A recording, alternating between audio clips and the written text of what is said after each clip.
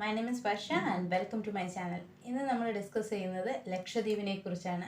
ലക്ഷദ്വീപ് എന്ന് പറയുന്നത് അറബിക്കടലിൽ സ്ഥിതി ചെയ്യുന്ന 36 ദ്വീപുകളുള്ള ഒരു ദ്വീപ് സമൂഹമാണ്. അപ്പോൾ ഇതെവിടെ സ്ഥിതി ചെയ്യുന്നതെന്ന് വെച്ച് കഴിഞ്ഞാൽ അറബിക്കടലിൽ ഇന്ത്യയുടെ ഭാഗമായിട്ടുള്ള ഒരു ദ്വീപ് സമൂഹമാണ്. യൂണിയൻ ടെറിട്ടറിയാണ്. 36 ദ്വീപുകളുള്ള ഒരു ദ്വീപ സമൂഹത്തിനാണ് ലക്ഷദ്വീപ് എന്ന് പറയുന്നത്. പവിഴ ദ്വീപ് അല്ലെങ്കിൽ ട്രോപ്പിക്കൽ പാരഡൈസ് എന്നൊക്കെ അറിയപ്പെടുന്നത് ലക്ഷദ്വീപാണ്. ലക്ഷദ്വീപിൻ്റെ അപരനാമങ്ങളിൽ നിന്നുള്ളത് പവിഴദ്വീപ്, tropical paradise. 1956 November 1 union territory ആയിട്ട് ലക്ഷദ്വീപിനെ പ്രഖ്യാപിച്ചത്. 1964 വരെ കോഴിക്കോടായിരുന്നു ലക്ഷദ്വീപിൻ്റെ തലസ്ഥാനം. എന്നാൽ ഇന്ന് അത് മാറ്റി കവരത്തിയിലേക്ക് മാറ്റിയിട്ടുണ്ട്. നമ്മൾ പറഞ്ഞു 36 ദ്വീപുകളുള്ള ഒരു ദ്വീപ സമൂഹമാണ് ലക്ഷദ്വീപ് എന്ന് പറഞ്ഞു. ഇതിൽ 10 ദ്വീപുകളിലാണ് ജനവാസമുള്ളത്. ഇതിൽ ഏറ്റവും വലിയ ദ്വീപ് എന്ന് പറയുന്നത് ആന്ത്രോത്തും ഏറ്റവും ചെറിയ ദ്വീപ് എന്ന് പറയുന്നത് ബിത്രയാണ്. ബിത്രയുടെ വേറൊരു പ്രത്യേകത എന്ന് പറഞ്ഞാൽ ജനസംഖ്യ ഏറ്റവും കുറവ് ബിത്രയിൽ തന്നെയാണ്. അപ്പോൾ ഏറ്റവും ജനസംഖ്യ കൂടിയ സ്ഥലം ഏതാ, അല്ലെങ്കിൽ ഏറ്റവും ജനസംഖ്യ കൂടുതലുള്ള ദ്വീപ് ഏതാണെന്ന് ചോദിച്ചു കഴിഞ്ഞാൽ അത് കവരത്തിയാണ്. കവരത്തിയുടെ വേറൊരു പ്രത്യേകത ലക്ഷദ്വീപിൻ്റെ തലസ്ഥാനമാണ്. പിന്നെന്താ, നമ്മൾ ഇപ്പോൾ പറഞ്ഞു ലക്ഷദ്വീപിൽ 36 ദ്വീപുകളുണ്ടെന്ന്. അതിൽ 10 ദ്വീപുകളിലാണ് ജനവാസമുള്ളത്. ഏറ്റവും വലുത് ആന്ത്രോത്ത്, ചെറുത് ബിത്ര. അതുകൂടാതെ ഏറ്റവും കൂടുതൽ ജനസംഖ്യ ഉള്ളത് കവരത്തിയിൽ, ഏറ്റവും കുറവ് ജനസംഖ്യ ഉള്ളത് ബിത്രയിലാണെന്ന് പറഞ്ഞു. ഇനി ഇതെല്ലാം കൂടാതെ ഒരു മെയിനായിട്ടുള്ള ഒരു ദ്വീപും കൂടി ഉണ്ട്. അതിൻ്റെ പേര് മിനിക്കോയ് എന്നാണ്. ലക്ഷദ്വീപിൻ്റെ തെക്ക് ഭാഗത്ത് കാണുന്ന ഒരു ദ്വീപാണ് മിനിക്കോയ് എന്ന് പറയുന്നത്. ഈ ദ്വീപ് മറ്റ് ദ്വീപുകളിൽ നിന്ന് വേറിട്ടാണ് നിൽക്കുന്നത്. അപ്പോൾ മറ്റു ദ്വീപുകളിൽ നിന്ന് മിനിക്കോയ് ദ്വീപിനെ വേർതിരിക്കുന്ന ചാനൽ എന്ന് പറയുന്നത് 9 ഡിഗ്രി ചാനലാണ്. മറ്റു ദ്വീപുകളിൽ നിന്ന് മിനിക്കോയ് ദ്വീപിനെ വേർതിരിക്കുന്ന ചാനൽ ഏതാണെന്ന് ചോദിച്ചു കഴിഞ്ഞാൽ അത് 9 ഡിഗ്രി ചാനലാണ്. മിനിക്കോയ് എന്ന് പറയുന്നത് ലക്ഷദ്വീപിൻ്റെ തെക്ക് ഭാഗത്ത് സ്ഥിതി ചെയ്യുന്നതാണ്. അവിടെ സംസാരിക്കുന്ന ഭാഷ മഹലാണ്. പിന്നെ അവിടുത്തെ പ്രത്യേകമായിട്ടുള്ള ഒരു നൃത്തരൂപമുണ്ട്, അത് ലാവാ നൃത്തം എന്ന് പറയും. മാലിദ്വീപിനോട് ഏറ്റവും അടുത്ത് കിടക്കുന്ന ദ്വീപസമൂഹം ഏതാണെന്ന് ചോദിച്ചാൽ, അല്ലെങ്കിൽ ദ്വീപ് ഏതാണെന്ന് ചോദിച്ചു കഴിഞ്ഞാൽ മിനിക്കോയ് ദ്വീപാണ്. നമ്മുടെ ഇന്ത്യയുടെ അയൽരാജ്യമാണ് മാലിദ്വീപ്. മാലിദ്വീപിനോട് ഏറ്റവും അടുത്ത് കിടക്കുന്ന ഇന്ത്യൻ പ്രദേശം ഏതാണെന്ന് ചോദിച്ചാലും അത് മിനിക്കോയ് അല്ലെങ്കിൽ ലക്ഷദ്വീപ് എന്ന് പറയാം. അപ്പോൾ ഓപ്ഷനിൽ ഏതാണോ വരുന്നത്, മിനിക്കോയ് എന്നുള്ള ഓപ്ഷൻ ഉണ്ടെങ്കിൽ മിനിക്കോയ് എന്ന് എഴുതാം. അല്ല പകരം സ്റ്റേറ്റുകളുടെയും യൂണിയൻ ടെറിട്ടറീസിൻ്റെയും പേരാണെങ്കിൽ ലക്ഷദ്വീപ് എഴുതാം. നമ്മൾ പറഞ്ഞു 9 ഡിഗ്രി ചാനലാണ് മിനിക്കോയിനെയും ബാക്കി ദ്വീപുകളെയും വേർതിരിക്കുന്നതെന്ന് പറഞ്ഞു. അതുകൂടാതെ വേറൊരു ചാനലും കൂടിയുണ്ട്, 8 ഡിഗ്രി ചാനൽ എന്ന് പറഞ്ഞിട്ട്. അത് നമ്മുടെ ലക്ഷദ്വീപിനെ മാലിദ്വീപുമായിട്ട് വേർതിരിക്കുന്നത്. മാലിദ്വീപുമായിട്ട് ലക്ഷദ്വീപിനെ വേർതിരിക്കുന്നത്, അല്ലെങ്കിൽ ഇന്ത്യയുമായും മാലിദ്വീപിനെ വേർതിരിക്കുന്ന ചാനലിൻ്റെ പേരാണ് 8 ഡിഗ്രി ചാനൽ. ഓർത്തിരിക്കാൻ 9 ഡിഗ്രി ചാനൽ എന്ന് വെച്ച് കഴിഞ്ഞാൽ മിനിക്കോയ് ദ്വീപും മറ്റ് ലക്ഷദ്വീപിലെ മറ്റ് ദ്വീപ സമൂഹങ്ങളും തമ്മിലുള്ള വേർതിരിവ്.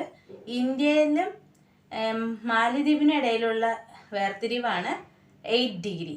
മിനിക്കോയ്ക്കും മാലിദ്വീപിനും ഇടയിലാണ് 8 ഡിഗ്രി ഉള്ളതെന്ന് ഓർക്കാം. ഇനി ലക്ഷദ്വീപിൻ്റെ ഒഫീഷ്യൽ ലാംഗ്വേജ് എന്ന് പറയുന്നത് മലയാളമാണ്.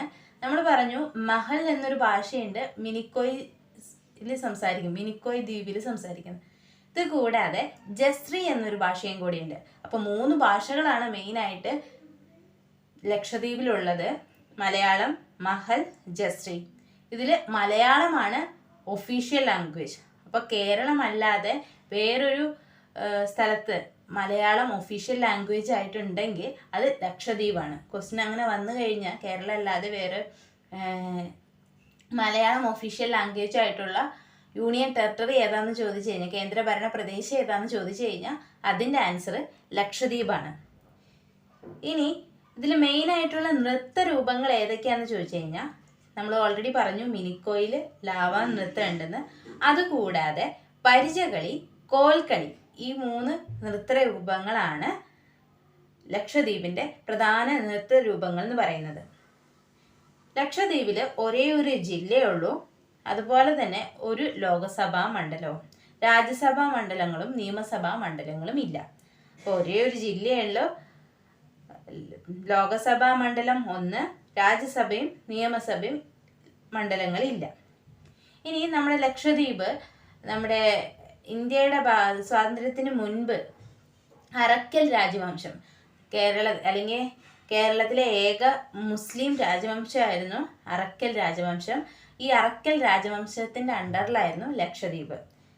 ഇനി ലക്ഷദ്വീപിൽ മുസ്ലിം മതം പ്രചരിപ്പിച്ച ഒരു പ്രവാചകനുണ്ട്. അദ്ദേഹത്തിൻ്റെ പേര് സെന്റ് ഉബൈദുള്ള.